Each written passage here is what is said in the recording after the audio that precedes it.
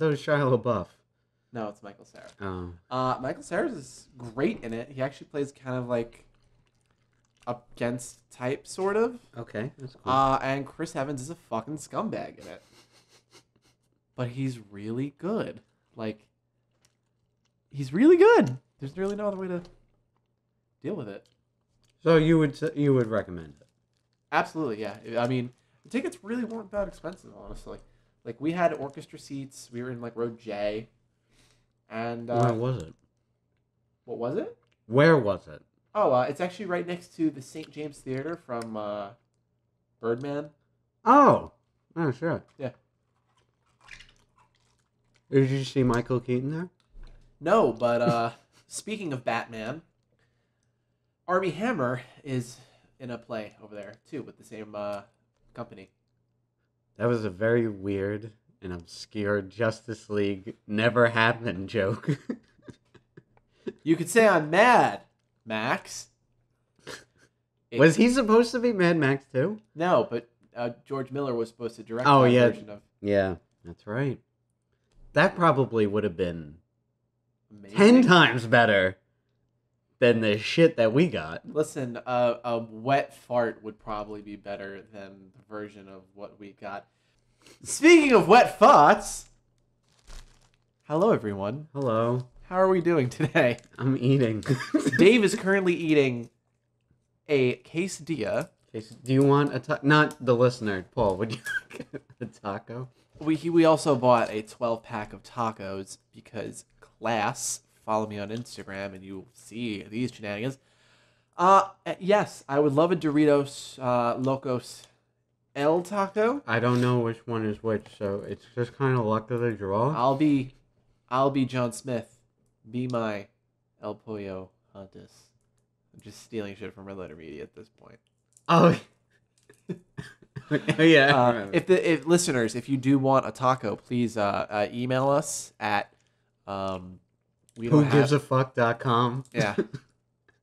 at on the rocks .bizhat and bizhat.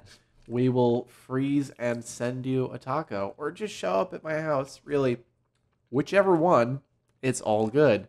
Only in Canada. Only in Canada. But we live in New York.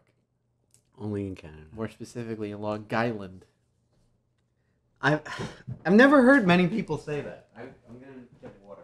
I also haven't heard people say that. I'd like to think, as a New Yorker, and more specifically a Long Islander, I have a non-regional dialect. I could go for some coffee. I'm sure it slips out. I mean, it probably does. But we've heard worse. We've definitely You don't really have any discernible accent. Not really. I mean, I went down to Florida once, and we stopped at this pizzeria, which was awful. Well, we were in a Floridian pizzeria. We just wanted pizza. But like the guy picked up on our accents like right away. It's like, oh, okay. Like, I don't know. It's like, if we went somewhere else. Were you wearing a I Heart New York shirt in the pizzeria? It was I Heart Bangladesh. Oh, it was an I Heart Bangladesh shirt. I don't know how he got New York out of that, but hey. Maybe he saw Bangladesh and he was thinking about this wretch of a hooker that he used to pay for services over in Brooklyn. And he said, I also love to Bangladesh. How is she? She hasn't been returning my texts. Well, ladies and gentlemen, this is On the Rocks, a conversational podcast about movies. Oh, so when you sent me the link for the iTunes thing, at first I thought it said like a controversial podcast. Welcome to On the Rocks, a controversial podcast about movie jet fuel can't melt steel beams. Like, that's what I thought it said. I was like, wait, what?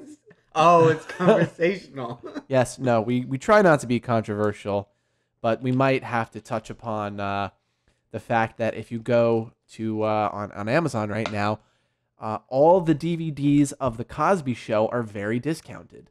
I thought you were going to say that they're all gone. I mean, yeah, hopefully. pulled off. Yep. So movie news. Movie news. There were a couple things we want to discuss before we got into today's review, which will be this little indie gem, Avengers Infinity War. Infinity War, yeah. Starring Benedict Wong. Yes, and that other guy. And that woman. And those people. I'm glad that you included people. The fact that you were using binary gender. Oh no, I'm sorry. Made me uncomfortable. Non-binary non people. They are them, and we are us. And I am Taco. but we are Venom. Oh, and to our first note, the first feature trailer for Venom has dropped. A lot of people were disappointed with the teaser because there was a decided lack of Venom in it. It's all fiery tacos. So far, they're all fiery tacos. Have you been eating them in a row or randomly picking? No, I just picked one. But this one, this is a regular one. Here, trade. All right, here. Take the fucking fire. Burn your fucking mouth off with your Baja Blast.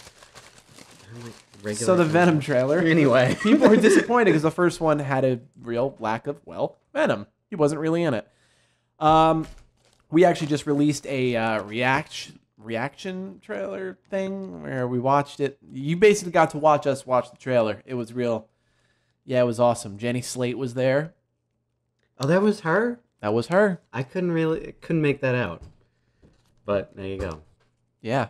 Yeah, Jenny Slate. So yeah, I mean, listen, riveting. I mean, Venom looks cool. Venom looks cool. I have to say, in terms of a live action adaptation of what Venom could look like, I don't think you're gonna get much better than that. Yeah, he's an inherently kind of goofy looking character that doesn't translate well. I mean, really, does he? No, he doesn't. And but look at all the Spider-Man villains. You didn't like the original Green Goblin? Fucking Mysterio. I mean, it's a great idea for a character and what they could do with them, but it's essentially a guy in a big green suit with a fishbowl head. So it's you can't really. Yeah, it doesn't really matter. Of Spider-Man villains, live action for film, I'm guessing really the only one that looked okay to good was probably Dr. Octopus. I was gonna say that too. Yeah, Doc Ock, because it's simple. Yeah, it's just four arms. Yeah, and they had the cool thing with the trench coat and everything. Yeah, you can still keep the glasses or whatever. That's fine. Did you see the original concepts for the Green Goblin in the Sam Raimi film? Yeah, I saw the animatronics. Yeah. You know what? For the video version of this podcast, I'll do a little extra work and I'll include some clips of what we're talking about. It looked fucking nuts. It was scary. And it's very well done. It's almost as creepy as Willem Dafoe. Hiya. Is that your Willem Dafoe? I'm Willem Dafoe. Oh, God. Watch me cum blood in Antichrist. Wow. Wow. But no, they pulled it because it was too heavy. It was a lot. Yeah. It was a big rig to put on somebody's head. Yeah, and then number two, it was scary as fuck. Because again, Willem Dafoe was in this movie. Well, it was so articulate, all the expressions and stuff. Yeah, no, and the eyes doing whatever it is they did was it was interesting. I remember them; they were yellow, right? With no pupils, it was just straight yellow, and they had the teeth. And, well, it was just kind of the test. That's what you're talking about. Yeah, the test rig. But it looked gray. I don't think they. It might have been gray. Listen, I'm going off memory. So, I mean, I think it's pretty telling that we were supposed to talk about the Venom trailer and ended up talking about better Spider-Man movies. Oh, so you've kind of reversed. Not in reverse. I'm more excited, but I wasn't excited by the first trailer. I am more hopeful. I think that Venom looks cool. I think it's interesting that they're doing the whole voice inside his head thing. I think it looks generic crap. It just that scene with the motorcycle chase or whatever, and he flies off, but he grabs it with the Like, wow, I don't care. Like, wow, like, you really... That's fair. Yeah, like, wow. Well, maybe you will care about our next story. Okay, good. We're moving on from that. In one of the most bizarre series of events, Stan Lee is suing his former business manager for elder abuse. Did you hear about any of this? Oh, I thought he dispelled all those stuff. No. Oh. Turns out all the weird shit was real. Kevin Smith actually came out and offered for Stan Lee to live with him. Like, he just said, like, open door. Like, it makes sense. The guy's clearly a hero to him. And he's like, just come live with me. Like, we'll take care of you. It's fine. That's fucked. The suit alleges, only a few days after Joan Lee's death, that Olivares fired Lee's longtime banker and attorney and transferred $4.6 million out of Lee's bank account without permission. In addition, Olivares allegedly convinced Lee to sign over power of attorney and appoint Yuri Litvak, Olivares' own lawyer, as Lee's new attorney. There was also bits about him stealing his blood. What? Yeah, they're stamping his blood inside the Black Panther comic books, and they're selling them for $500 each. They stole his fucking blood. I'm not kidding. They were selling vials of his blood, as well as comic books stamped with it in Nevada. So what did they put, like... You have to buy it there, I'm guessing. I mean, I don't know. Do you want to go online and try to buy some Stan Lee blood right now? I mean, it would be bad by the time it got to us, right? I mean... What do you mean bad? What are you going to do with it? Well, like, they got to store it, right? Like... You're not, like, injecting it or, like, transfusing it. It's not like if you have... Well, where do you keep that shit? Like... I don't know. Your mantle. Wherever you keep your other tchotchkes. Where do you keep your pump? Right between your Funko Pops. First of all, how do they get that? Like, they just, like, sneak in at night and just steal it? Did you ever see the episode of Always Sunny where they keep taking blood from Frank? No, I never saw that one. Oh my god, it's amazing. They keep trying to do a DNA test, and everyone keeps taking blood from Frank, but they're taking way too much. And at the end, he's in, like, a wheelchair. Oh my god. It's really sad. It's just a bizarre fucking world we live in that, like, that's a thing that's happening.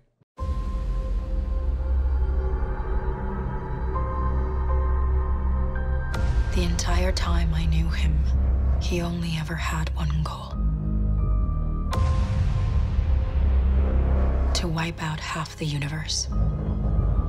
If he gets all the Infinity Stones, he can do it with the snap of his fingers. Just like that. Tell me his name again. Thanos.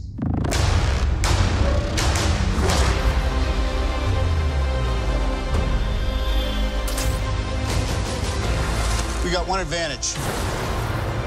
He's coming to us. We have what Thanos wants, so that's what we'll use.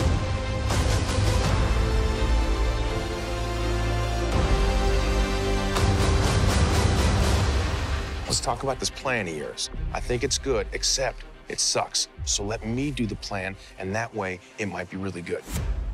Wow.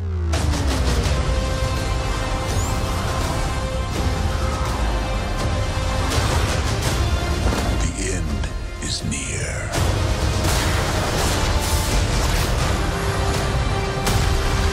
When I'm done, half of humanity will still exist.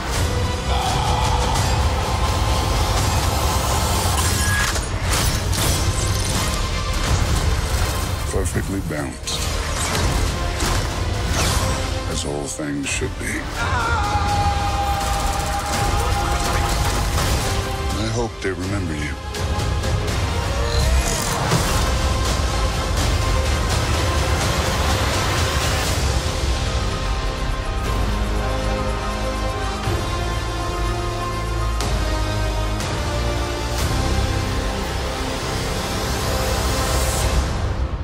I'm Peter, by the way. Doctor Strange. Oh, you're using your made-up names. Then I am Spider-Man.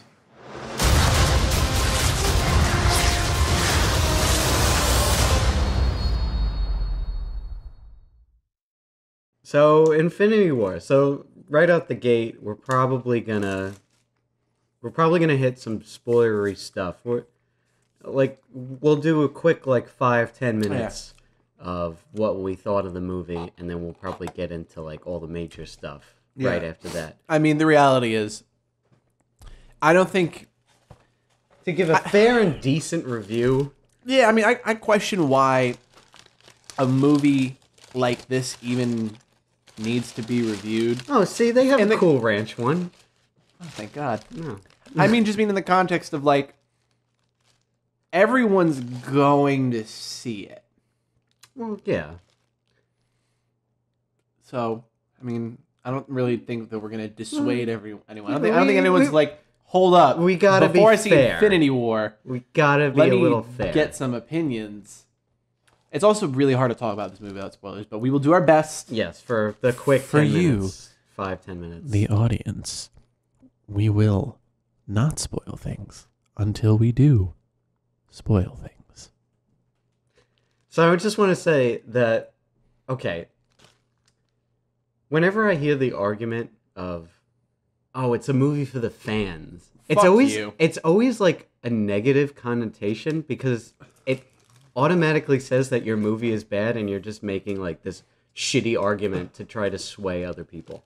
Like Suicide Squad. Or Justice League, or Iron Fist, or other superhero properties. Wait.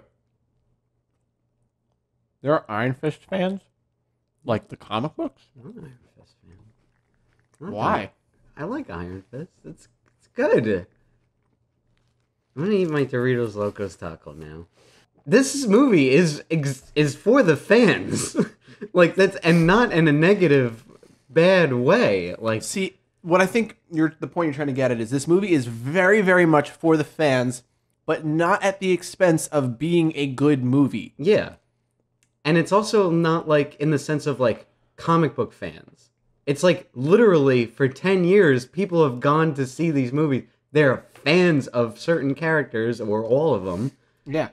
They're the fans, and it's for them in the best way possible. And then you got good shit on top of that, where it's actual story, characters that you know and can relate to, and they're built up properly, given enough time, not forced. Everything is worked out. Yeah, everything is earned. It's worked out ahead of time. Everything was planned. It was nice. It was awesome. And it just, at the end of all of it, it just feels like you're just, wow, it all came together beautifully. Yeah, I mean, this isn't much of a spoiler, but even a film that manages, it has a cliffhanger ending. There's no getting around that. I think it was even kind of a foregone conclusion. It was going to have that. But for a film to have a cliffhanger ending, but also a very satisfying one, is rare. When I try to think of other movies that did that, really one of the only ones I can think of is The Dark Knight. The Dark Knight has an ending that, for all intents and purposes, is a cliffhanger ending. But it's still satisfying. We are well, where the fuck is it going to go from here? Yes, it's a bittersweet, that's my car. Fuck it, let it go. We're going to let this ride. No, but it's this bittersweet, holy fucking shit, where is this going to go? I'm super invested, and hopefully they won't drop the ball they did with the Dark Knight Rises or whatever it's called. I like the Dark Knight Rises. I'm not a fan. They took the worst possible course with that movie, but we're not talking about that. We're talking about Avengers: Infinity War. That's true. That's true. Nobody cared who I was until I got the gauntlet. So I just one couple criticisms. Okay. Just a little just negativity before I start just gushing all over the fucking movie. Mm-hmm. It just kind of starts it just kind of just goes in, and that's a good and a bad thing, because it's we just gotta get into this. There's no easy way. Yeah, because the way that Ragnarok ended, this takes place maybe half hour later. Yeah, literally. Yeah. That, and for most of it, it didn't really feel like... It just felt like a sequence of events, and I was getting very worried because it just felt like a Justice League type of deal, where everything was just kind of happening. And it was like really fast-paced, and it was really going on, and it's like... I don't know if this is like everybody's saying it's great, and it's like I'm getting these weird vibes. And then suddenly, kind of like after the fight in New York, things kind of start to coalesce. Yeah, you understand. You get it. You delve more into Thanos and like all the other stuff, and you get to see all these other cool characters. And one of the things that impressed me and surprised me is when the Russo brothers were talking about how this is very much a Thanos movie. It is. It's very much his movie. It is. I mean, he gets more screen time than any villain I can think of. I think he gets more screen time than some of the heroes in this movie. I think so too. And even to the point at the very, very end of the movie, where you know how they all say, like, after the stingers, it's like, the Avengers will return, Captain America will return. Yeah. It's Thanos will return. It's like... Yeah, he's very much the focal point, and it is all to the betterment of this film, because I don't know how they did this. Somehow, in Avengers Infinity War made me care and borderline sympathize with Thanos.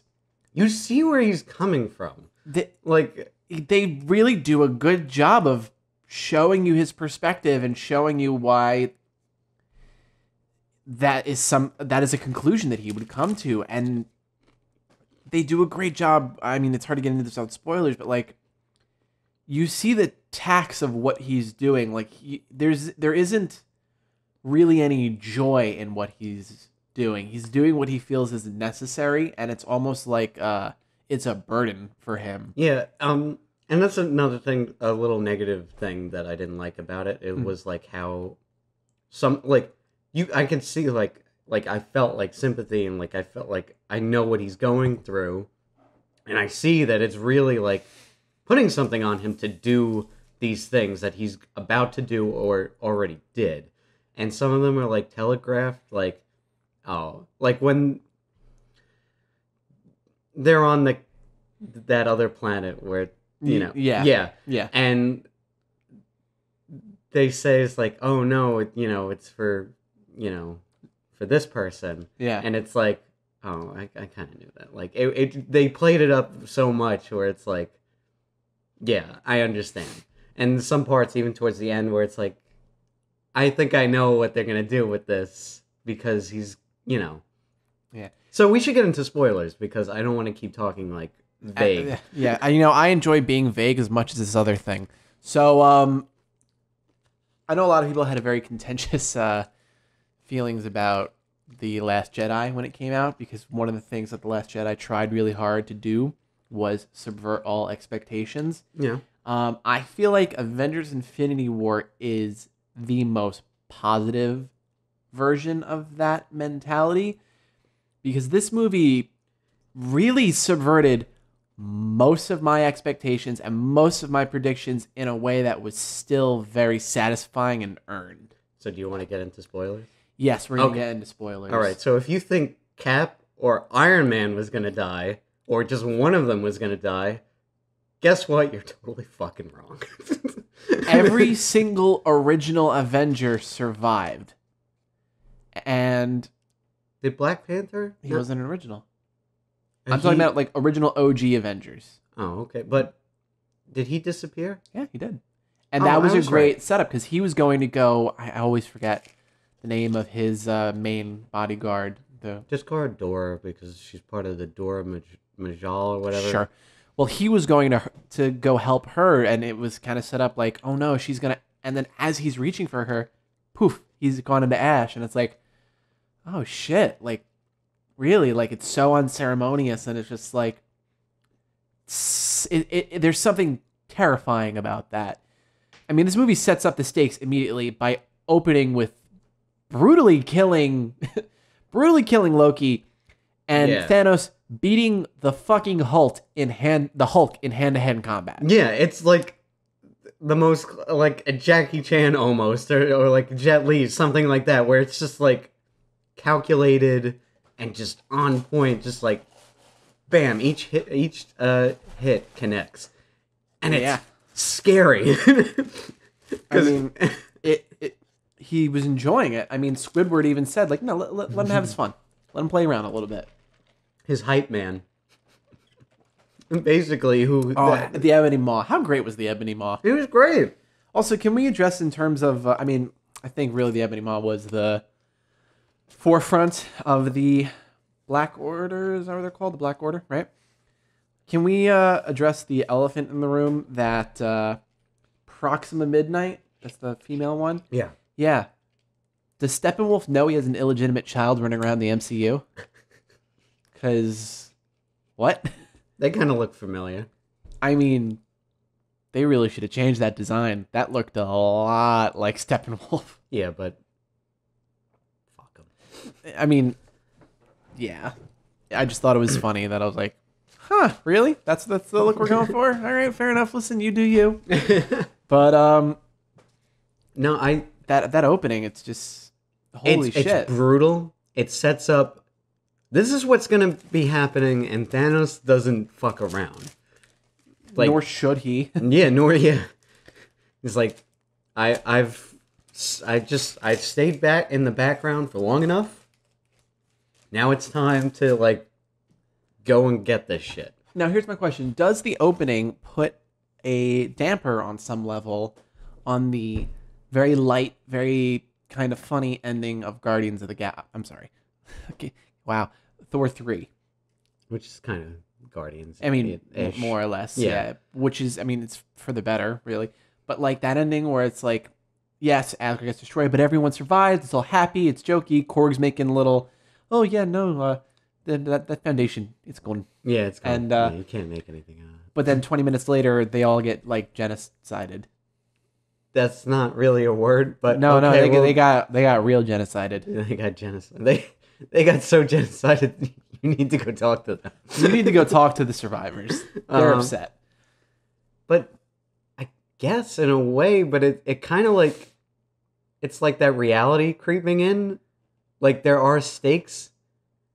It's just never been addressed before. Like everything's like, oh, this is fun, wacky adventure. And it's like, no, there's something big out there, and it's come for you. You know what? And you've completely forgotten about it. You know what it kind of reminds me of? And this is going to be a little weird aside, in like the way it kind of changes the perspective of the ending of Thor, is like with Logan, and to the same extent like Days of Future Past, like knowing, wow, the original X-Men movies build up to this place where everyone gets killed by robots. Yeah. And, oh, good, they use time travel to fix it. Everyone's good.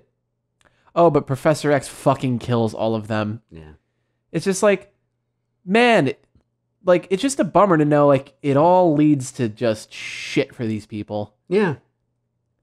And it's just like, oh, like, they got out. Everything was good. And, dude, if Tessa Thompson's dead, I'm going to be pissed.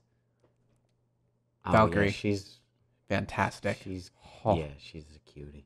And she kicks ass, and she's awesome on Westworld. She's on Westworld? Yeah, she is. Oh, all right, whatever. I don't fucking care. Are you sure you're not confusing her with Tandy Newton? Tandy Newton, I thought it was? Tandy? I don't know. Well, but Tandy Newton's not in Thor. I know, but I don't know. Maybe you don't know. This is where the controversial podcast comes in. No, I believe it or not, I can distinguish people of race. I've only confused Jeffrey Wright and Jeffrey Rush once. Oh, when you trip over your own jokes because they're fucking stupid. I was Jeffrey wrong. Yeah, you were.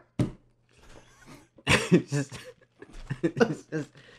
fucking retarded. But there's so much to this that I love. I think it's mostly the creativity with the fights. Yeah, I mean, God, when he gets that gauntlet, he uses it. Well, yeah, I mean, but like really, like you get to see like the level of control that he has over stuff. He also loves bubbles. Like a lot, because he used it like 3 times. Fucking Bubbles. Yeah, he loves Bubbles. Yeah. Oh, by the way, speaking of going back to the whole thing about expectations, I did not see him getting all the Infinity Stones in this movie. Yeah, I thought because they said it's like kind of a 2-parter. But well, they went back on that. Yeah, they came back on that because they said it's like, well, they're kind of 2 different movies. Companion pieces. Yeah. I guess the Quantum Solace to your Casino Royale. Yeah, but it's really like... But good. Sorry, I don't like Quantum Solace. Well, you gotta see it again. It's the Quantum of Solace! Yeah, it's not the song, but it's not the song. Remotely close. Do you have any solace? I have a quantum of it. Yeah, it's a piece. That's what it means. I'm out. God damn it. I was using it in the correct context because we're fucking professionals. Now, Well, I'm gonna have another fucking taco. God damn it, Dave. But, what the fuck was I saying? The fuck was the point of all this? Companion piece. Yes. Alright, yeah. It's like, I cannot see where they can go from where they ended. Because he gets all the stones. He gets what he wants. The villain wins. That's where the bittersweet kind of thing comes in, where it's like, you're totally satisfied because you got the action and like that, all those moments, like those cheery moments and stuff like that. But then when it comes down to like the very end, it's like, no, again, this is the reality of the situation. Yeah. The bad guy won. We have a big budget, huge like studio blockbuster summer fucking movie where most of them beforehand are all kind of like, hey, the good guy fucking wins. Yeah, and like, always.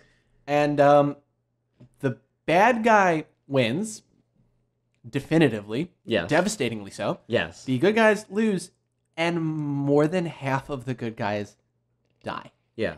I did not see that level of a body count. I knew we were losing some people, but Jesus Christ, I didn't think we were losing that many. Yeah.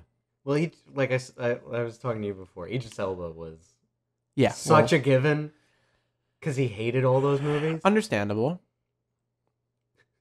It was just like when I saw him like die, I was like, thank God. You can live your life now. you be free. You can go off into the fields and run and skip and play. You're free now. Back to the Controversial Podcast where Dave talks about freeing a black actor from a contract. It's like sharecropping, but with comic book movies. Yeah. You have to pay for your contact lenses. Oh, God. He hated those fucking things. He did not want to have you ever put in fucking, like, prop contact lenses? Like, ones not to see, but... No, he was talking about, like, being, like, strung up on rigs and stuff for, like, some of the... I think it was Thor 2. Like, he said, like, I hated, like, being, like, put in, like, these, behind a green screen, or in front of a green screen, and, like, with the rig, they completely CGI him out, but they still have him do everything. I would be pissed, too, if that happened.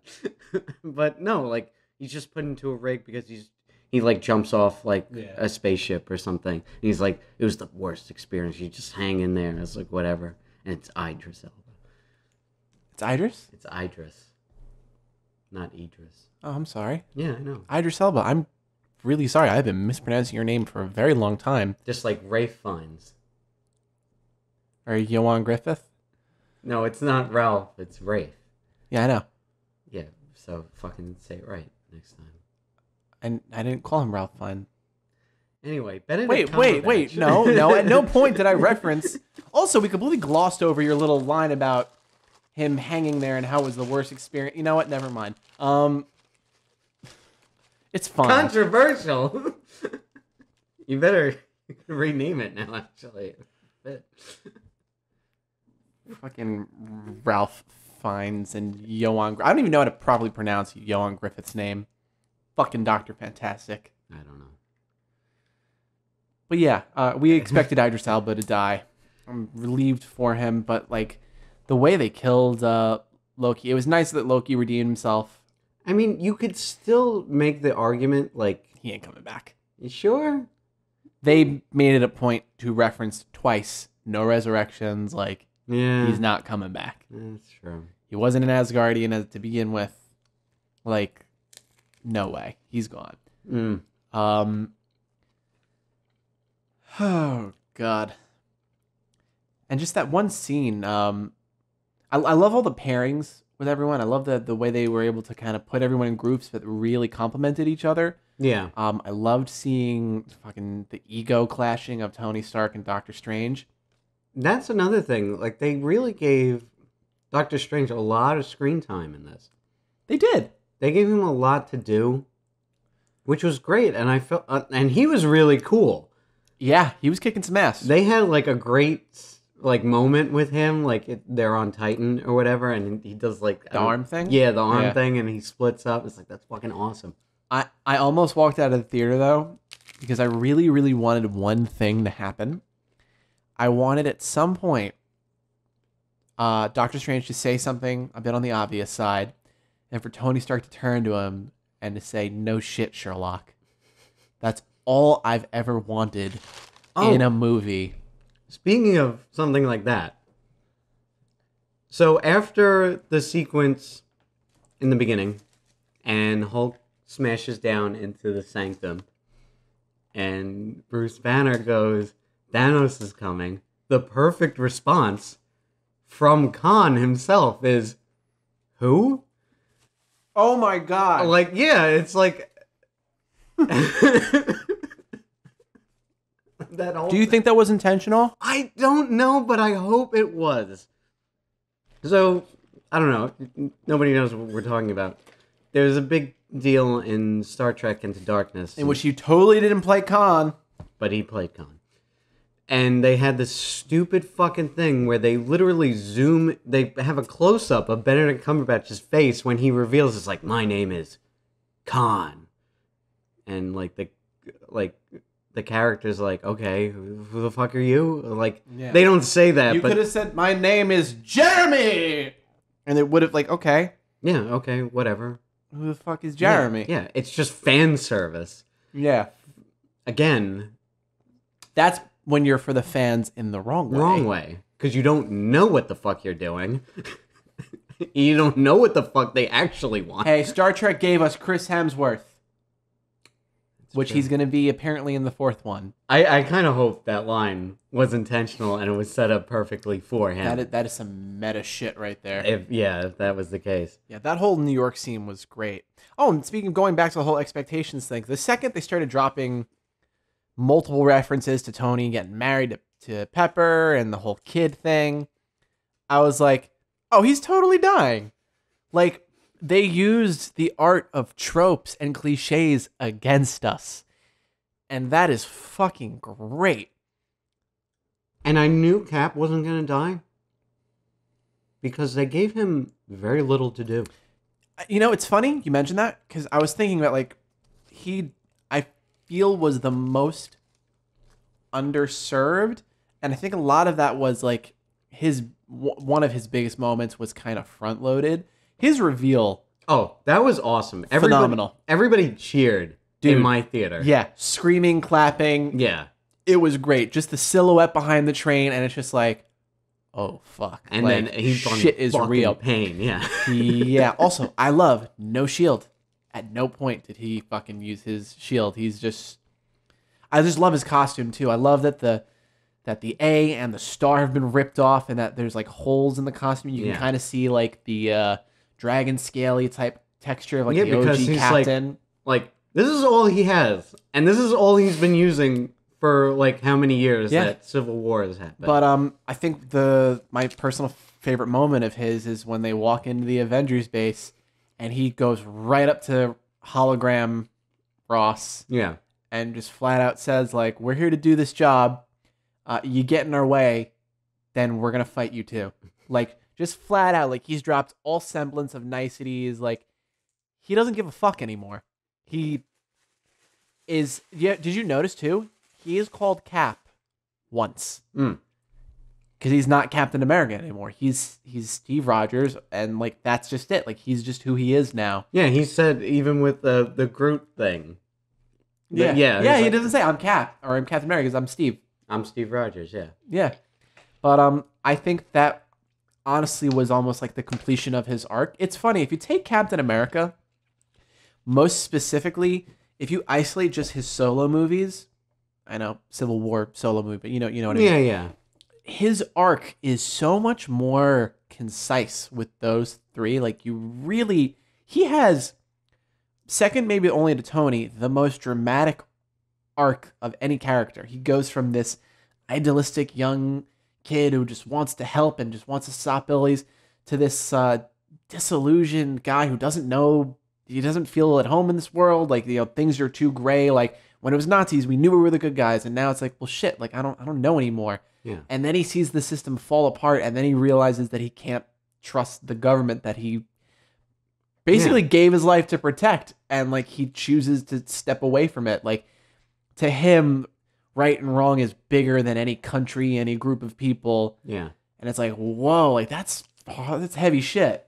And it comes down to what happens even in the first Captain America, where the whole thing with the Red Skull, who Holy shit, did not see that coming. does make an Get appearance it? in the movie. Did not see that coming. Get the fuck off this podcast. Anyway, but no, his whole big shtick, because I love the first Captain America movie. I think that's like one of the best. Second only to Jurassic Park 3, the best Joe Johnson movie. Or October Sky. Alan. Or Rocketeer. I like the Rocketeer. Alan. I know. Maybe that wasn't his choice. But anyway. Listen, I have Dream Raptors too. Anyway. He even said, it's like, I live in a country where there's no flags. There's no, like, it's all like this one thing. It's like, it's going to be right or wrong. And now it's come down to like that for him. Like in the end, it's like weird. Maybe that wasn't the intention, but that's kind of how it played out anyway. Yeah. Like that was his whole spiel at the end of the first one when they're fighting in the plane. So it all comes back around in a very sad way for him, at least. I wish there was more of him, because there wasn't that much. The big three I felt was Thanos, number one, followed by Iron Man, Doctor Strange, and Gamora. Yeah, I would argue that they were the most central. I mean, Thor too. Like Thor as well. Thor... Like we spent a long time with him. Okay, so he's top 5. Those are the top 5 then. Yeah. Thor is like that last one, and then the hype man, Ebony Maw. Yeah, 6. Ebony Maw. And I wish there was a little more like Spider-Man 2. Not Spider-Man as well. Yeah, Spider-Man as well. I loved him in this movie. And that scene at the end, that's what got everyone. Tell me about the little girl real quick before we get into that scene. So I don't even think it was that scene that triggered her. I think it might have been like the stinger part, because they stayed till the end. But, you mean the 9/11-esque? Yeah. On the ground, just everything was getting fucked. But like, so there was this little girl and then her 2 parents. Her mom obviously did not want to be there. The dad totally wanted to be there. Oh god. And I don't know if the little girl, she must have been like 6 or something. And I don't know, she seemed kind of into it in the beginning, but like towards the end, she was bawling. Like she was crying, and the mom was like trying to make her feel better, like saying, it was like, oh, the movie, oh, it was so bad, blah, blah, blah, it was crappy, like nobody liked it, you see everybody's walking out or whatever, and she's just like, it's like, holy shit, this movie made this little girl cry, because like at the end, it's this, like you said, unceremonious, like everybody's just, they just in a very disturbing blow away. Literally, they just kind of just, it's gone. Like going back to just Thanos winning and our expectations, I think a lot of the reason that these deaths hit so hard is people like us who were anticipating this. We didn't just expect Cap or expect Iron Man to die. we kind of made peace with it. Yeah, As it's ridiculous as this sounds, and I know this sounds really nerdy, but you have to understand these are characters that have been with us for a decade at this point. We feel like we know them. And we also know that, like, okay, they want to move on. They want to do other things as actors and stuff like that. And so, of course, they're going to end their contracts. Yeah. So for none of the characters that we expect to die, like, I wasn't prepared to see a lot of those people go. And by far, the most devastating one is Spider-Man. They killed Spider-Man. They killed a fucking 16, 17-year-old boy. We'll say 17. Like, and it's so because of the way he says it and clings onto Tony and is like, I don't want to go. I don't want to die. Like, he's not supposed to be there to begin with. Yeah. Tony is not happy with him being there. Tony's very much responsible for one. He's been the surrogate father figure to this kid. Which is, again, great setup. And earned. It's now 3 movies. This is the 3rd movie that we've seen these two interacting with each other. Yes. So it's earned. It's not, this isn't like the opening of a movie. Oh, don't you know? You're like a father to me. 10 minutes into the movie, the kid gets shot. And it's like, oh, well, we didn't care because we didn't know what this relationship was. You're just telling us your relationship. And this has been a turbulent relationship. Like, they haven't always gotten along. Like, there has been issues with them. But, like... So... And to see that... It harkened back to that great, great scene. And I will coin this as this is the scene that Peter Parker became Spider-Man. It's not when he got his powers. It's when that fucking roof collapses on him. And he's not handling it like a hero. He's screaming for help, and he's on the verge of tears because he's a kid. Yeah. And he's a kid, and he's in danger, and he's scared. Yeah. And it was very much like that. It's like, I don't feel good, Mr. Stark. And like, the second you said, I don't feel good, I was like, no. No, don't do this to me, Russos. And he holds on to him, and he's like, I don't want to go. Like, I don't want to die.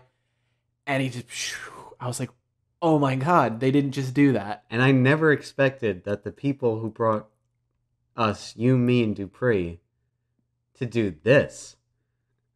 I would have gone for Arrested Development personally, which they thanked for it. And at the end they said Tobias. Yeah. Did you see Tobias was in there? No, I didn't see it. Oh, I because I saw the screen as like Arrested Development character. Like, I don't remember. Yeah, Tobias Fünke. David Cross's character, painted blue, is in the collector's room. Oh yeah. Okay. They did the same with Civil War. Not the same, but they had the stair car in the airport scene from Civil War. No, but it's just devastating. It's devastating. Just fucking devastating. And I can't I never felt like so happy. Not like the death scenes, but like all like the action stuff where it's like, yeah, fucking kick their asses. Like, it's so satisfying. Yeah. It just felt awesome. Everything was well choreographed. You could see everything that was going on. It was a tasteful amount of shaky cam. There was a little bit in there, There's but like a reasonable amount. Like enough to make it seem tense, but not anywhere near enough to obfuscate what you're seeing. I think most of with the Thanos fight with Doctor Strange and like Iron Man and stuff like that, where it's mostly CG and it's like them flying around, where it feels like, okay, I get a real sense of where everybody is and what everybody's doing, and it's not too close. Where like the fight in Wakanda between Proxima Midnight and then the General and the Black Widow. Yeah, there was a lot of great interplay with the fighting too, where they're playing off of each other's powers. Yes. Like a lot of that, like that one great oneer in the first Avengers movie, where it shows all of them kind of working together. Yeah. That's really the only big like sequence like that in that movie where we saw. It was just like a majority of the fighting in this movie was just like that. Like they would just the best one. I think you might know. What oh my god! About. Is it? I'm gonna 3, 2, 1. The Winter Soldier picking up Rocket and dual wielding Rocket. That was amazing. And then even like at the very end of that little segment, he puts him down. And he's like, "Can I get the gun?" It's like, "No, you can't get the gun. Can I get the arm?" Can we just address? I'm getting the arm. The running joke that has now become Rocket's weird obsession with collecting body parts. Yeah, eyes. Here, I got an eye. Which, you know what, I didn't like. What, that they cut out Thor's eye just to replace it with... Yeah. Well, here's the thing. I agree. But in the same vein, it's like, I mean, they have all this crazy technology. They really could easily replace his eye. I know, but he looks pretty fucking badass with the eye patch. He looks badass with the eye patch, but I think it was a practicality thing. Yeah. Speaking of Thor, the way they use Peter Dinklage, the biggest person on screen. Everybody laughed in my theater. I don't know about yours. Not really. I think people were into it because he's a really I know good people actor. Were like they were into it, but like they were like laughing that it's like, oh my god, it's him, and he's huge. Yeah. I mean, that was kind of cool because like, first of all, I completely forgot that he was in it. Yeah. And then all of a sudden he's like, when he comes out, I was like, oh shit, that's Peter Dinklage. Peter Dinklage. He's got like this big heavy voice. The two of them are actually responsible for one of my favorite jokes in the movie. It was the delivery and the timing. Oh, was it when he's opening? If you do this, it could kill you. Only if I die. Yes, that's what it means. That's what killing.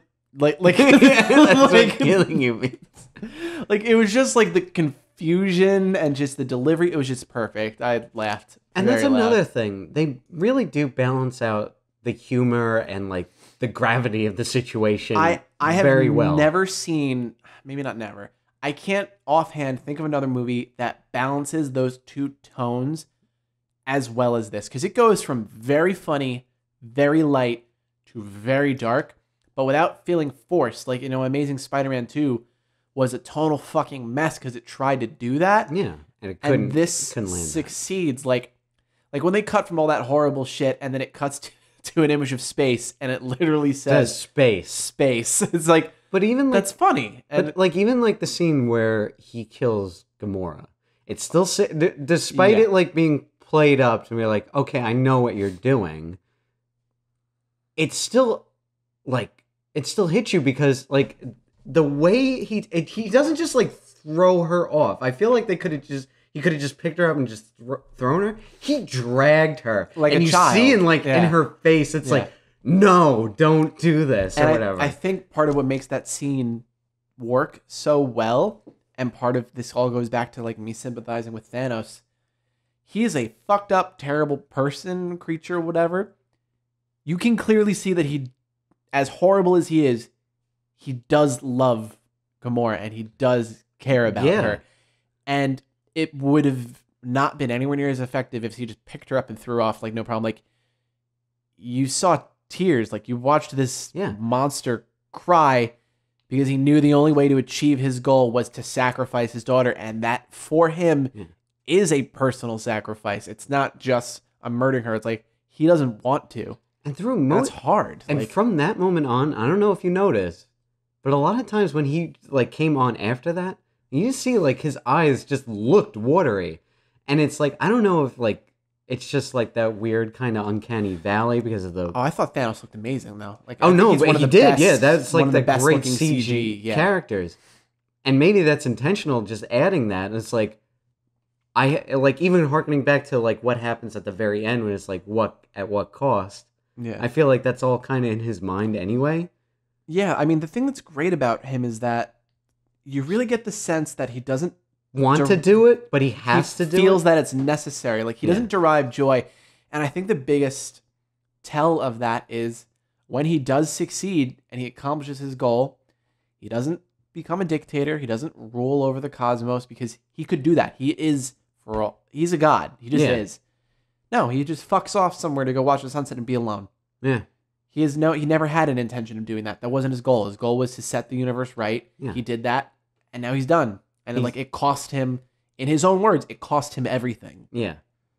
And that's just like, Jesus Christ. Like, it's really heavy. And he had it like planned out. Like everything was like, this is the reason why I'm doing this. Because my world, there's an infinite amount of resources. Finite. It's only the opposite, Dave. Thinking Infinity Wars. I know. I'm just being a dick. Fucking. How dare you stumble over a word? God damn it. But thank you. But anyway, yeah, there's a limited amount of resources. There's not enough. There's a bunch of people, and it's not enough to get around. Something's gonna have to happen. Yeah. And he's like, you know what? Just kill a shit ton of people, and then after that, everybody's gonna rebuild. They're gonna see how much better it is. There's gonna be enough to go around now. Like you said, half. Yeah. Just half. At random, completely dispassionate, the rich, the poor, it doesn't matter. Just at random, and, children will grow up never knowing hunger. And I don't know about you, but that scene where, we meet Gamora as a kid. Yeah, where he scoops her up, essentially. Yeah, basically. And, in the background, it's literally half and half. One half gets to live, the other just violently shot. I don't know about you, that kind of, didn't sit well with me, but, in a good way. Shit. It felt very real. Yeah. It felt like something you would see in, a Hotel Rwanda. It felt like a real genocide was happening. Yeah. And he's like, don't look over there. Just play with the knife. Play with the knife that I just gave you. Ooh, yeah. I didn't also, one thing that I didn't really get, and maybe you can kind of clarify, when they first go to nowhere. Yes. And she stabs him in the neck, and she takes a knife and does that, and he's falling down, and she starts to cry. Mm-hmm. I don't, why it didn't really register to me, why, I was thinking, okay, it's finally over. I took it as why she was crying. It's because she has built this man up to be this horrible, horrible person. And in his last dying death, it's kind of why would you do this? Yeah, why? Yeah. He still cares about her. Yeah. He won't be this monster for her in his dying moment. And he kind of lied. About what? Because, when that came out, it's this is what, your reality will tell you, blah, blah, blah, because he has the stone already, whatever. Yeah. But in reality, he does love her, and I think if that actually did happen, he would probably have the same reaction anyway. Yeah, I think you wanted to show her, this is you would feel guilty. Yeah. You would feel bad if you did that. Yeah. So don't fucking do that. And there were other little moments where she was still going along with him. Maybe not I'm not going to outright do, what you want me to do, but there's things where it's there's some weird feeling that I have towards you that's still holding on. I mean, it is a very abusive, fucked up relationship. He still cares, but it is abusive. And it's that really uncomfortable territory of it's hard to hate your abuser outright. It just is sometimes. And it's dark, murky territory. Yeah. Speaking of dark and murky, is it just me, or did this, in structure and also in the sense that anyone could die, did this almost feel like Game of Avengers, Throne of Heroes? No, just in the sense that okay, we're gonna go off with this group for a little bit. We're gonna go off with and then everything kind of merges together. I meant that as a highest compliment. No, yeah, kinda, yeah, definitely towards the end. What I was saying with my criticism, where it just doesn't feel it just feels more like sequence of events, and then it finally becomes a movie later on. Yeah. That's from that moment where we see Vision and Scarlet Witch. After that, everything kind of clicked together for me. Yeah. Everything kind of felt like what you were saying is everybody's in their everything's groups now. Informing everything else. Everything's set up now. We're good to go. This is the actual start of the movie. Yeah. Yeah, I totally agree with you. It's it feels like that. And I think they kind of ripped it off. Now I'm thinking about it. Listen, if you're gonna steal from the best. You steal from the best. Just like Spawn stole from Faust. Yeah. But thank you, Red Letter Media. But back with the humor and everything. Everything it's so balanced well. like that blade. Like the movie, or Thanos' like mentality is like everything has to be balanced. Yeah. You can't have this without having that. And there's one scene in particular that I think mixed tragedy and comedy perfectly. And I wonder if you're going to guess what scene it is. It's when Rocket, Groot, and Thor are on their way to, I forgot the name. They're off to go get Stormbreaker built, whatever the name of it is. I don't know, Arbitrary Scandinavian bullshit. Exactly. And, Rocket's like, okay, time to go be the captain. And he's talking to Thor. And the tone is so interesting because Thor has been through horrible things. Nothing but bad things have happened to him recently. His dad is dead. His sister's dead. His sister cut his eye out. His brother just died in front of him. His mother was killed by a dark elf, which is hilarious. Half of his people are dead. He had the shit kicked out of him. His fucking hammer's gone. Nothing has gone well for him. And his girlfriend dumped him. Yeah. But he's trying to make light of it, and he's trying to make jokes about it. Nobody laughed during that scene. But here's and it's supposed to be funny, and you already have this sense coming out of Thor Ragnarok, where it's like, he's the comedy version, and he's trying so hard, and he can land it, but it's humor masking pain. Yeah, and you can see that he's using humor to cope with it. He's trying to be optimistic. He's trying to be funny. Like, but behind that smile and him being snarky, there's a tear going down his cheek because he is so hurt. And I was like, wow, this is a really good fucking scene. Yeah. This is probably the best acting that Chris Hemsworth has been given a chance to do in these movies. I love his comedic chops, but he's given something really heavy to go on. And it's it also maybe just put it into perspective, wow, Thor's probably been given the shittiest, hand of cards of all these heroes. With the exception of being a god, just an overwhelming amount of horrible things have happened to him. Yeah. And they mostly have happened within a short period of time. Yeah. And it's just damn, he's trying so hard. Yeah, he's trying very hard. Yeah, I love that scene because it, like you said, the humor and the sadness in the movie are like chocolate and peanut butter. Whereas, in Amazing Spider-Man, it was I don't know. It's an overload. It just didn't work. It doesn't mesh well, but it did. It's I don't know. Because they're coming into this, it's this is 10 years in the making. Yeah. This is something that we have to get right. This is something that everybody's been looking forward to. We've been building up to this point. Might as well make it fucking good, right? Right, guys? Right, Justice League? Right? Speaking of making it good, how long do you think Storlo has been pulling down that sweet green plume? First of all, fuck him. Because he totally fucked everything up. But... No, he totally fucked everything up. Yes, he did. He had a great point, and that was a really good scene. Where it's, again, where you have this humor or whatever, but then it comes down to you didn't have to fucking do it, dude. You didn't have to fucking do it. When he was saying that kind of actually got to me. His anger or everything. But after that little part, it's dude, you fucked it up for everybody. Yes, he did. Yeah. But that's kind of in his character. With his character. He is kind of a fuck up. And let's be real, it's consistent. Yes. And he's another person who has lost a tremendous amount. And you really got the vibe. They've established now this is the third movie, she is incredibly important to him. Yeah. They've showed that. It's earned. We believe it. We know it at this point.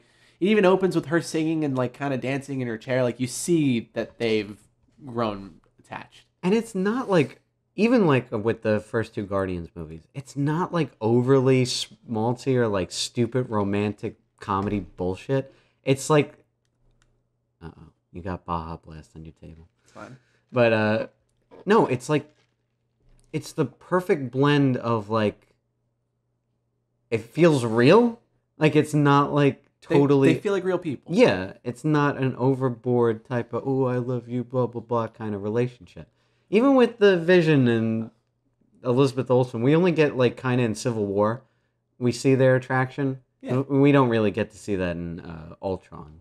No, but he showed up in the last... Yeah, and so she kind of the same way. You can't really make a move while she's like burying her brother. Yeah. Well, maybe I don't know. I found you need to wait at least 3 to 6 weeks after. Well, he was born yesterday. Oh, I like that one. I actually kind of like that movie. Anyway. I like it too. Yeah, it's got problems, but it's fun. Yeah, it's all right.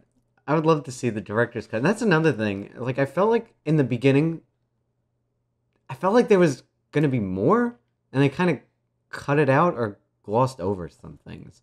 Maybe. I mean, there is a lot of shit that's in the trailers that's not in there. Which is more and more commonplace these days. I remember with with Spider-Man Homecoming, there was plenty of stuff in the trailers that wasn't in the movie. Or hid something, like seeing Hulk when they're running and stuff. That whole shot is not there in the movie. Sorry, folks. Hulk doesn't show up for the movie. The entire movie, yeah. Hulk is in the first scene, and then that's it. Yeah, the Hulk gets the shit kicked out of him. Yeah. And then that's it. I think that was kind of great, too, because once again, it all comes back to subverting expectations. The Hulk is our ace in the hole.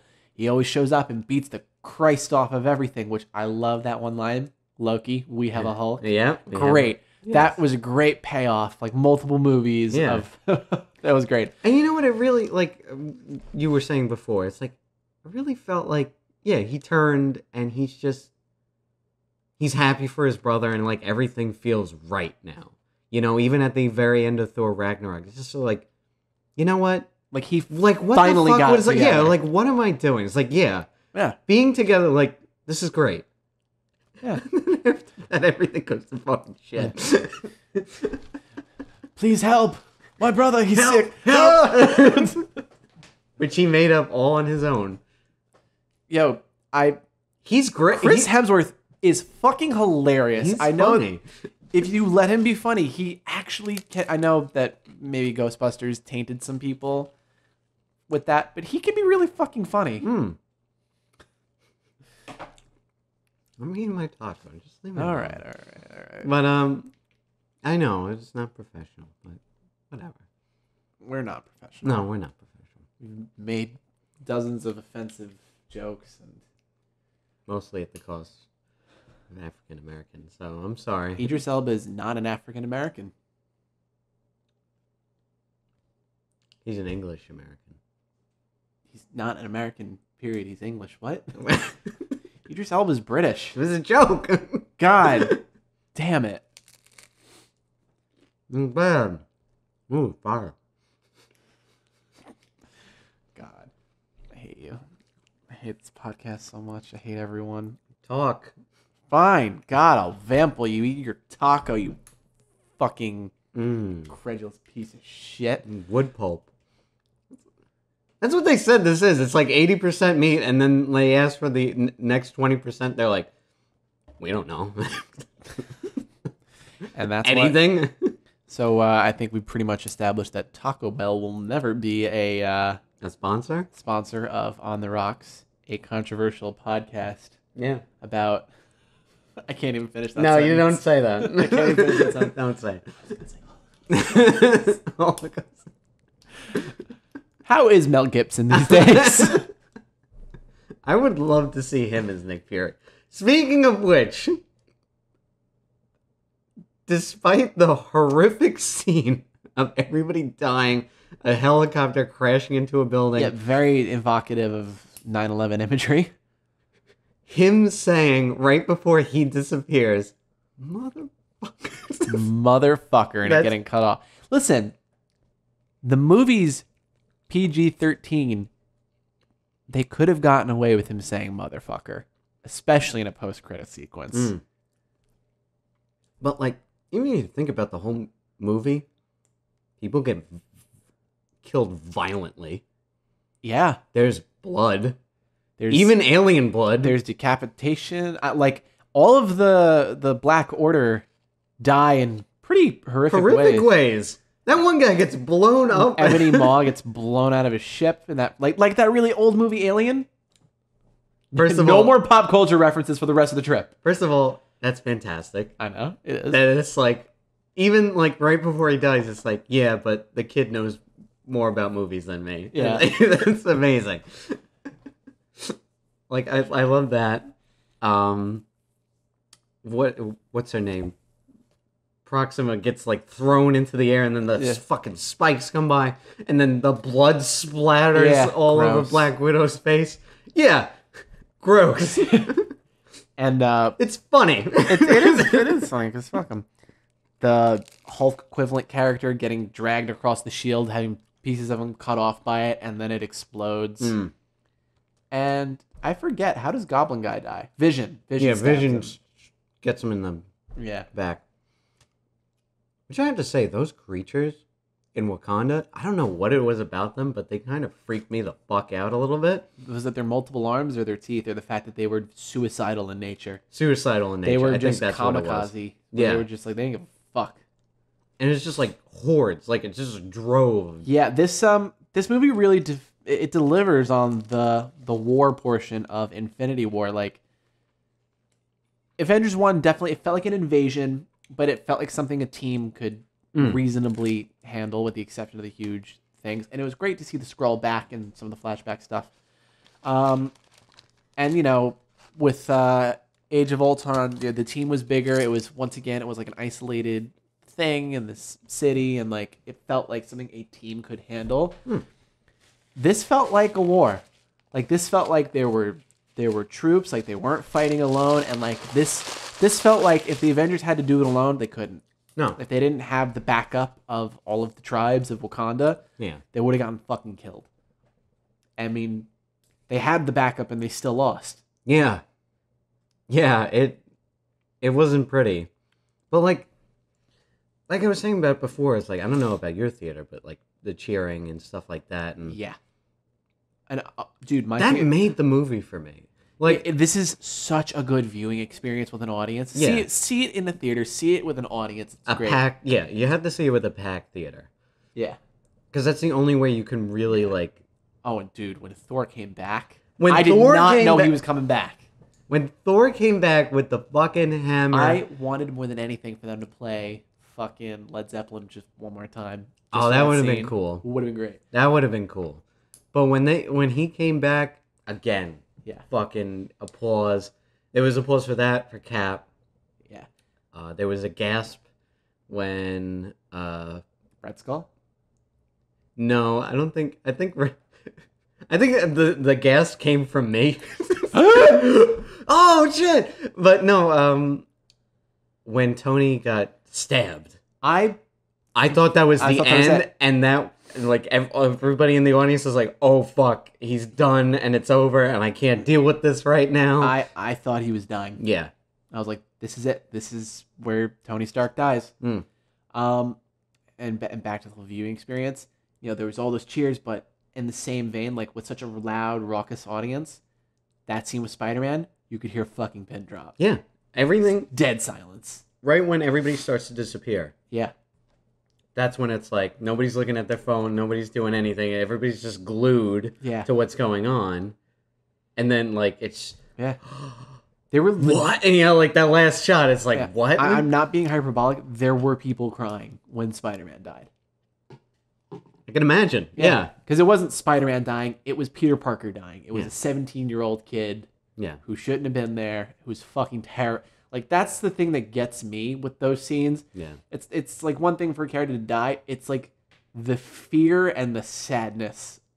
Like, that's what elevates it to a whole nother level of, like, Jesus Christ. Yeah, he really brought it. And Zoe Saldana. Yeah, oh god, that scene too. Yeah. Those two parts really got me. I missed the Bucky part because you told me that he's the first one to go, and it's pretty sad actually. It's not as sad as the Peter thing, but like he walks up to, you know, Captain America, and he's just like, Steve, like something's wrong, and then he just falls and he's gone. Oh. And he like sounds really concerned. Like he doesn't sound like the tough, confident guy. Like he's like something's not right. Yeah. It's damn. Yeah. I'm gonna go see it again more. I would love to go see it again. Yeah. Like this felt more like it felt more like Civil War 2 than Avengers 3. And I mean that in the best way, because I think Civil War, with its darker tone and the way it balanced so many characters, and it makes sense because it's obviously those directors taking over. I just think that these guys are great. Like they proved themselves with Winter Soldier, which was fucking awesome. I mean, listen, it just makes sense. Like Arrested Development, You, Me, and Dupree, Winter Soldier, Civil War. Well, he also did Community. Which one?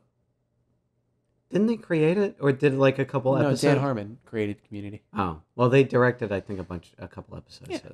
But anyway, although it kind of makes sense that they do Arrested Development, that they'd be great at this because that's an ensemble piece.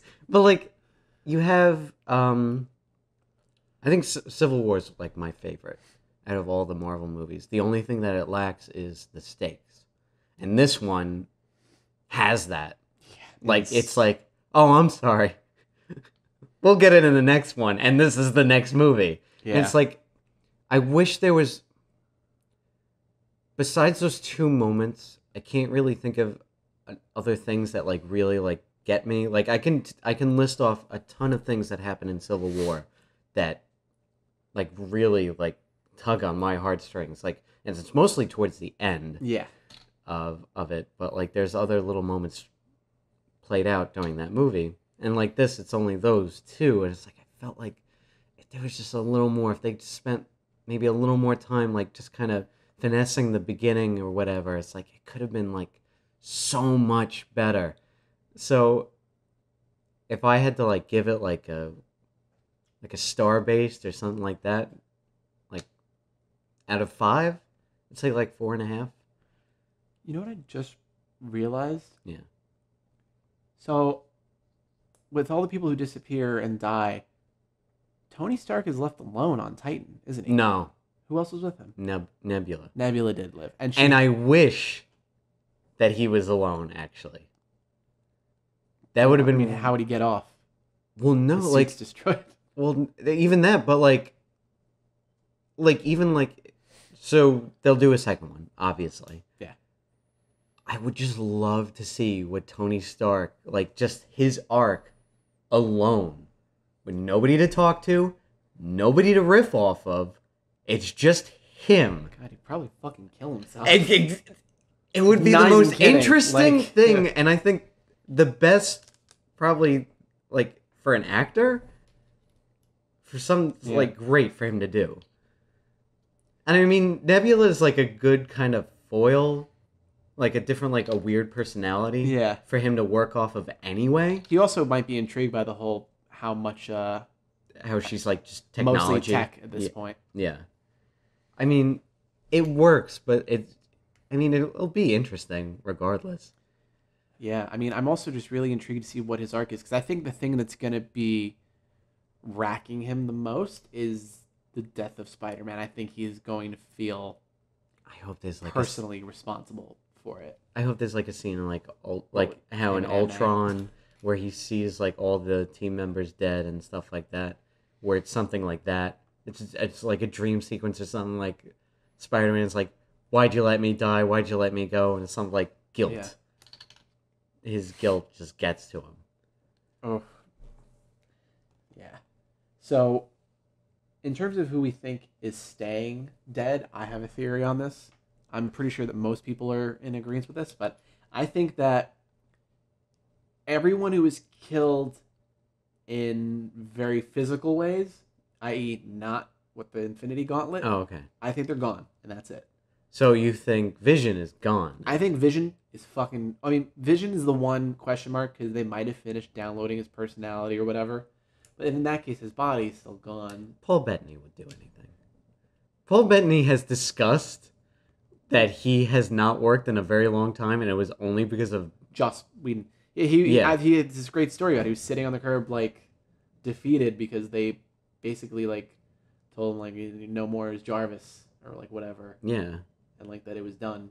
His career at that point was pretty much finished. What is that movie? That Apocalypse kind of movie? He had, like, 2 of them. Like, it was, like... Now he's in this, and he's in Solo, which I mean, Well, no, this was like before. no, like, I know. I'm just saying now. Like, Yeah, now, he's yeah. turned it around. Yeah. So I don't think he would go away, but it can make an argument like both of them. Yeah, but I mean, Gamora is dead. I don't think she's coming back. I think that's the end of it. And I mean, her soul might be in they're the doing stone, maybe. because they're doing a Guardians 3. Maybe not. I mean, there's some wiggle room with Gamora. and Well, with the Vision. whole thing with the comic, everything kind of gets reset. Yeah. It's But so Loki's. I think Loki's yeah. dead. Heimdall's dead. Yeah, I'm just come Yeah, back. And And if he is coming back, it's gonna be played by a different actor. Who else died before? Bucky. Well, No, in a anyone, horrific way. just anyone who didn't die via means of the gauntlet of the snap, and they're gone. I think all those people will come back. Yeah.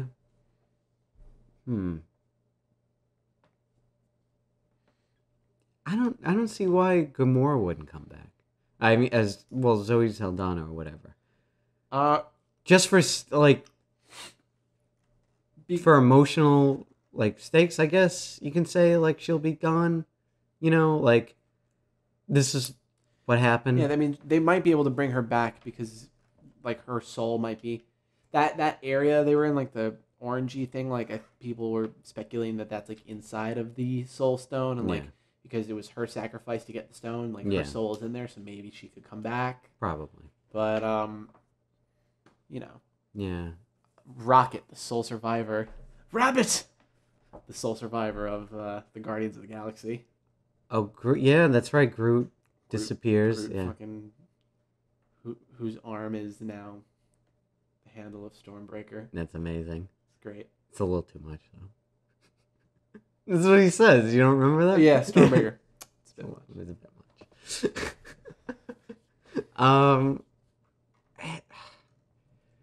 Man, I just want to go fucking watch this movie again. I just want to go right now. Can we go right now? Can we bring the Taco Bell?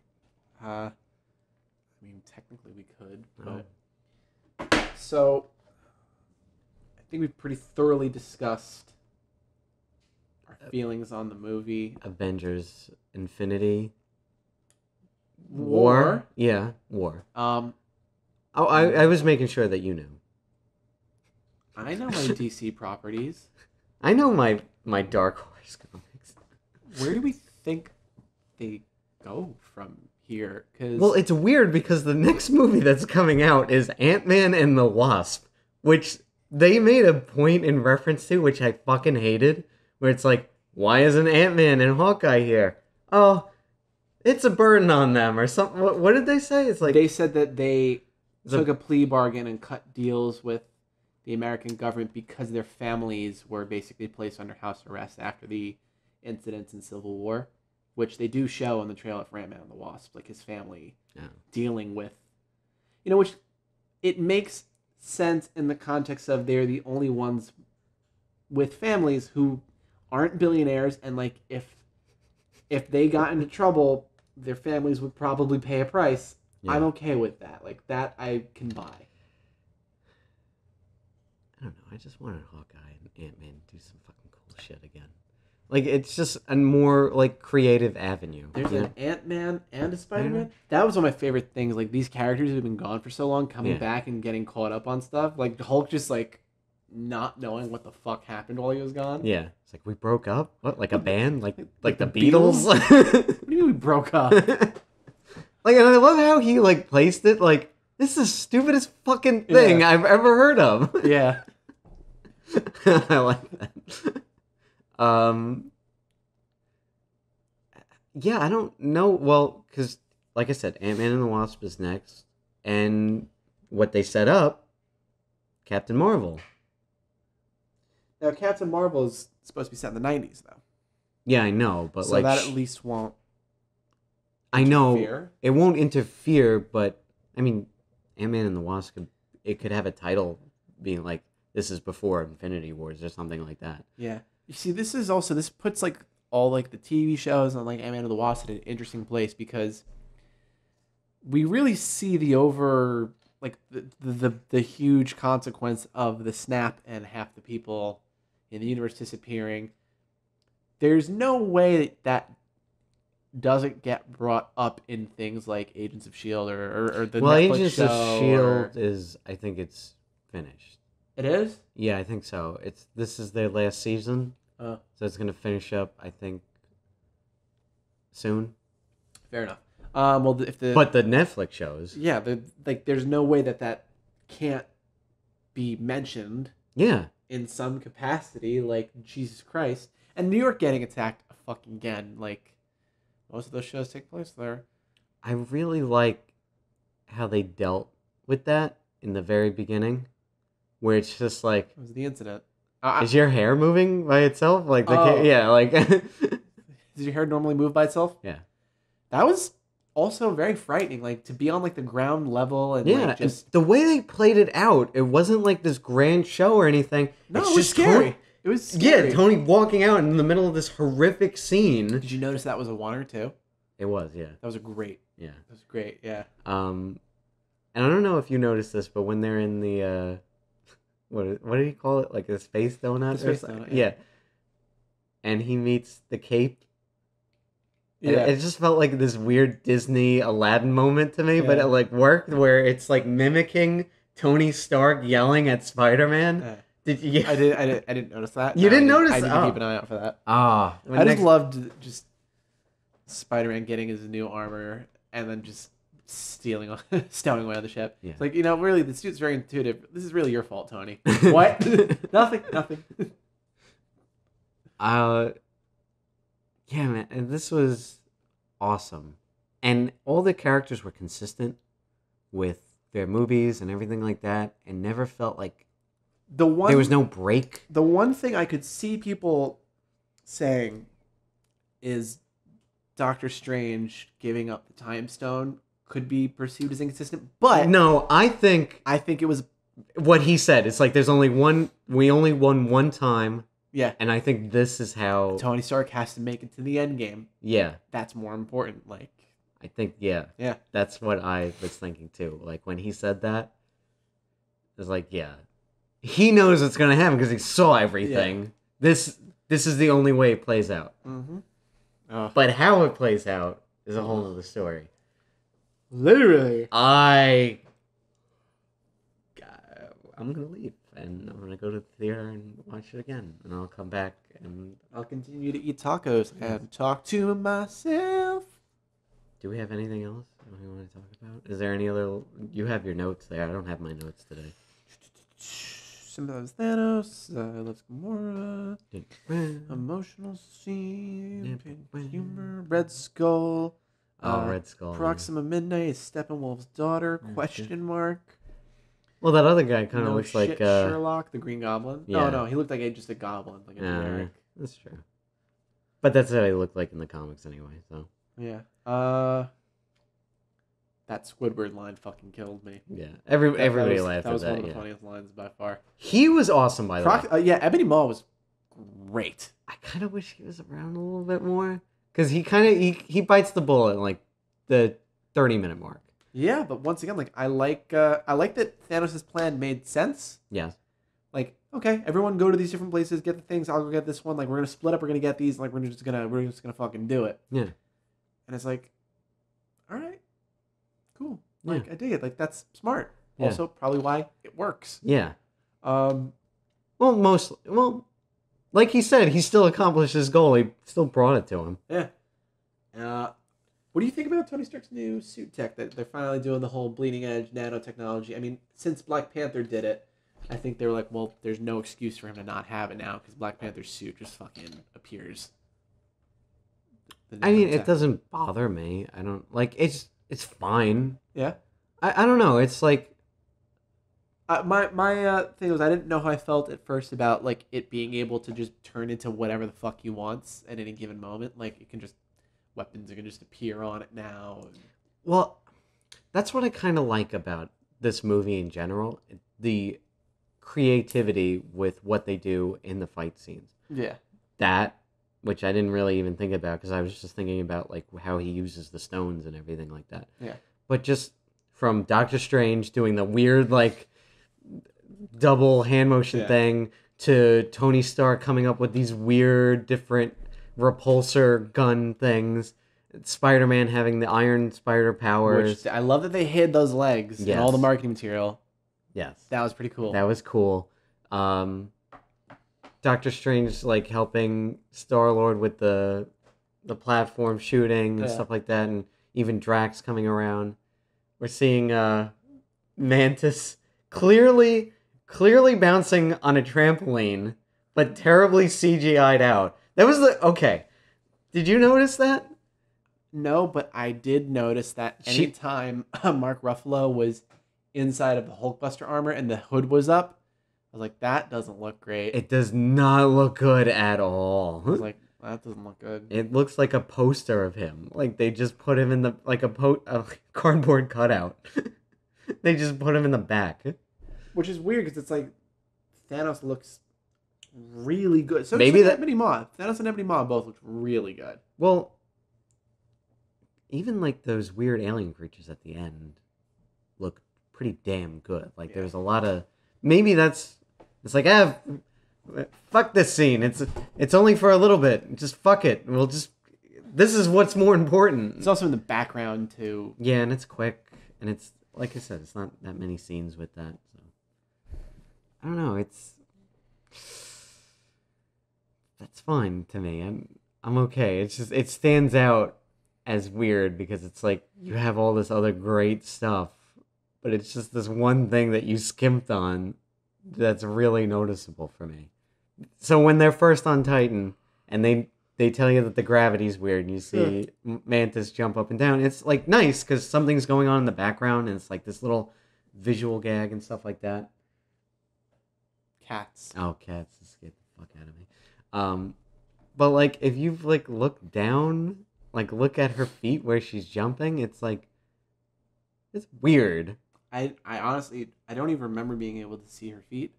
I thought for some reason, like thinking back, that someone was blocking them. It was blocking most of it, but like they turn really quick and then you can see how like she lands and stuff, and it's like that's strange.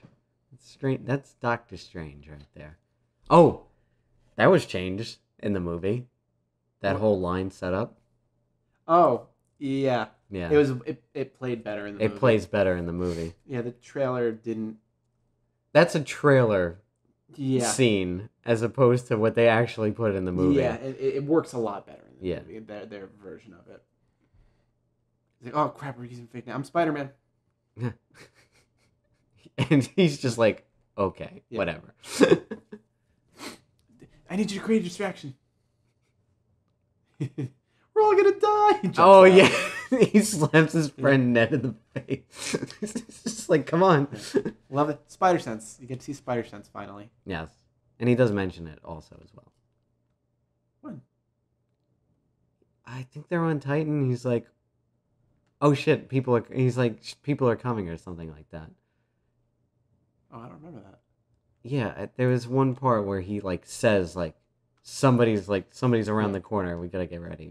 I like that. Like I think Sam Raimi did it great because they had that great audio sting, and then like usually it would like zoom in or something. So you don't like the cartoon one? I didn't mind the cartoon one, but where it goes like black. What about the version in Amazing Spider-Man? You know how they did nothing. Well, technically, you can't, because in Homecoming, they didn't really do anything. Yeah, because he didn't have it yet.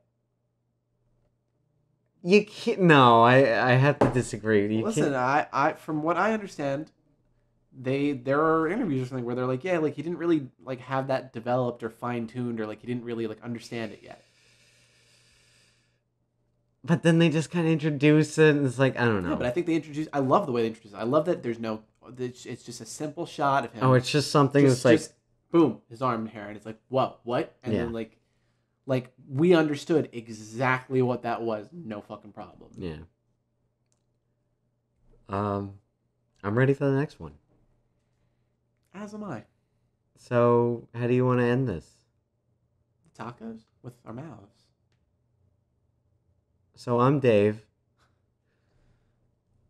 next week on the Rocks, we will finally do The Guard. Oh yeah, that's right. I love that we keep saying we're gonna do stuff And then not do it. Well, no, we skip do it. over it. We always like the next episode will be this. And I'm like, shit, wait, this other thing happened. We'll get to it. We always do. We'll get there. Yeah, the next week will be The Guard, and it's gonna be interesting. It's got War Machine in it. Oh yeah, War Machine's in it. Along with Sinestro. Yeah. And Mad Eye Moody. Yeah, and Goofy. yes. Goofy. No, Goofy's not in the movie. He's referenced. He is referenced in the movie. Wait, who am I missing? Nobody. I was just tickling your balls. Oh, Yeah. I just assumed it was Krebs.